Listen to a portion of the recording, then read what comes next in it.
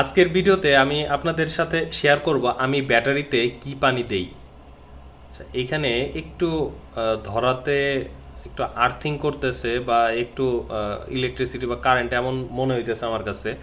আচ্ছা ওয়েট, আমি একটু দেখি।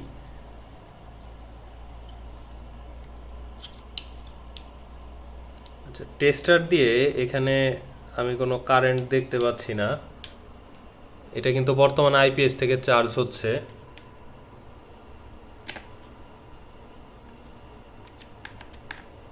আচ্ছা, এখানে কোনো লাইট নেই। হালকা একটু আর্থিং এখানে আছে। আচ্ছা যাই হোক, তো এখন আমি আপনাদেরকে দেখাবো আমি ব্যাটারিতে কি পানি ব্যবহার করি। তো একটা বড় বিষয় হচ্ছে, যারা এইরকম ওয়েট লিড অ্যাসিড ব্যাটারি বা পানি ব্যাটারি ইউজ করেন তাদের জন্য অবশ্যই পানি লাগবে, পানি ব্যবহার করতে হবে। এখন আমি আসলে কি পানি ব্যবহার করি সেটাই হচ্ছে কথা। তো আমি চেষ্টা করি যেন বাজারের সব থেকে ভালো একটা ব্র্যান্ডের পানি ব্যাটারিতে ইউজ করা যায়। তো আমি এর আগে হ্যামকো যে পানিগুলো আছে আমি সেগুলো ইউজ করতাম। পরবর্তীতে আমি দোকানদারের সাথে কথাবার্তা বললাম এবং দোকানদার আমাকে এই পানি দিল। তো আমার যে ব্যাটারি, এই ব্যাটারিতে দেখা যায় বছরে হয়তো 500 ml পানিও লাগে না। তো সে জায়গায় আমার বাধ্য হয়ে এই 5 লিটারের পানি কিনতে হয়েছে। আর 1 লিটার 2 লিটারের পানিগুলো আমি পাই নাই। এর আগে আমি 1 লিটার বা 2 লিটারের পানিগুলো কিনতাম। 1 লিটার অবশ্য পাওয়া যায় না, 2 লিটারের পানিগুলো পাওয়া যায়। 2 লিটারের পানি কিনতাম হ্যামকোর, কিন্তু এখন 2 লিটারের পানি পাওয়া যায় না, যার জন্য আমি এই পানিগুলো কিনি। তো আমি কিনছিলাম, তাও মনে হয় এটা 1 বছরের মতো হয়ে গেছে। এটার এক্সপায়ার ডেটটা আমি একটু দেখি। এটা হচ্ছে মে 2025-এ ম্যানুফ্যাকচার। আমি একটু এটা ক্লিয়ার করে দেই। মে 2025-এ ম্যানুফ্যাকচার এবং এক্সপায়ার হচ্ছে এপ্রিল 2027। তার মানে এটার টাইম মাত্র আর ধরা যায় 1 বছরেরও কম আছে। তো যাই হোক, আমি আমার ব্যাটারিতে এই পানি ব্যবহার করি। আর সব থেকে যেটা ইম্পর্টেন্ট, আমি পানিটা আসলে কিভাবে ব্যবহার করি।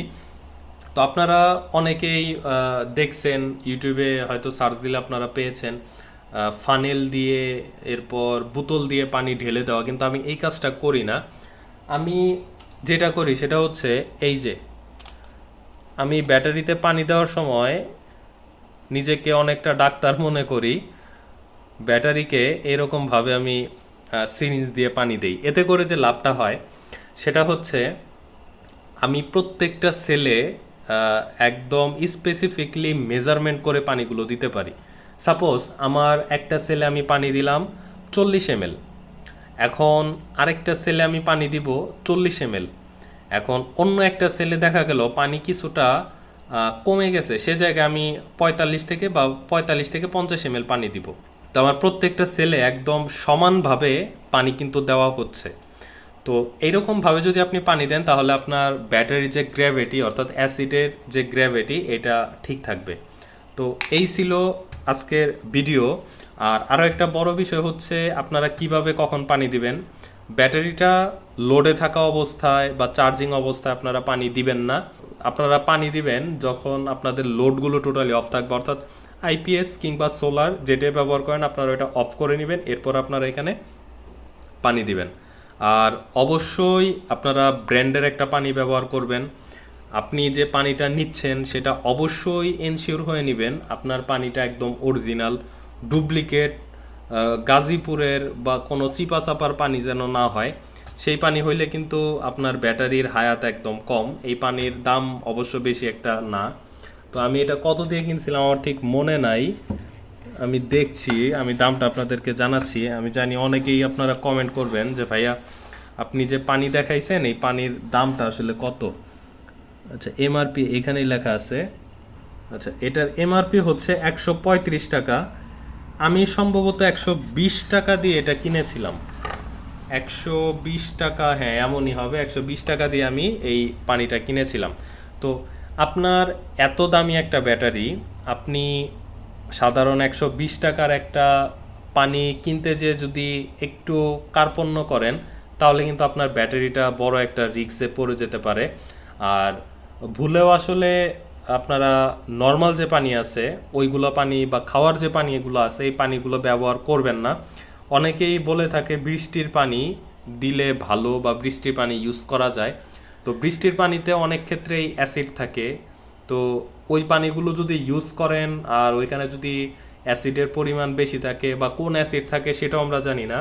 তো ওই রকম অ্যাসিড এরপর এটার সাথে যদি কোনো ভারী ধাতু থাকে তাহলে কিন্তু আপনার যে ব্যাটারির সীসার প্লেটগুলো আছে সেখানে কিন্তু সালফেশন বা আপনার যে অ্যাসিড গ্র্যাভিটি সেগুলো কিন্তু কমিয়ে দিতে পারে। তো এই জন্য আপনারা সেগুলোতে যাবেন না এবং খাওয়ার পানি অবশ্যই ইউজ করবেন না, কারণ খাওয়ার পানিতে বেশ অনেক টাইপের যে ধাতু আছে বা অনেক কিছু মিক্সিং থাকে খাবার পানিতে। তো সেই জন্য আপনারা খাবার পানিও ভুলে ব্যবহার করবেন না। এর জন্য আপনারা একদম ডিস্টিল যে ওয়াটার অর্থাৎ মিনারালাইজড যে ওয়াটার আপনারা সেটা ব্যবহার করবেন। আপনারা এখানে একটু করলে দেখতে পারবেন, এই যে এখানে লেখা আছে ব্যাটারি ওয়াটার মিনারালাইজড।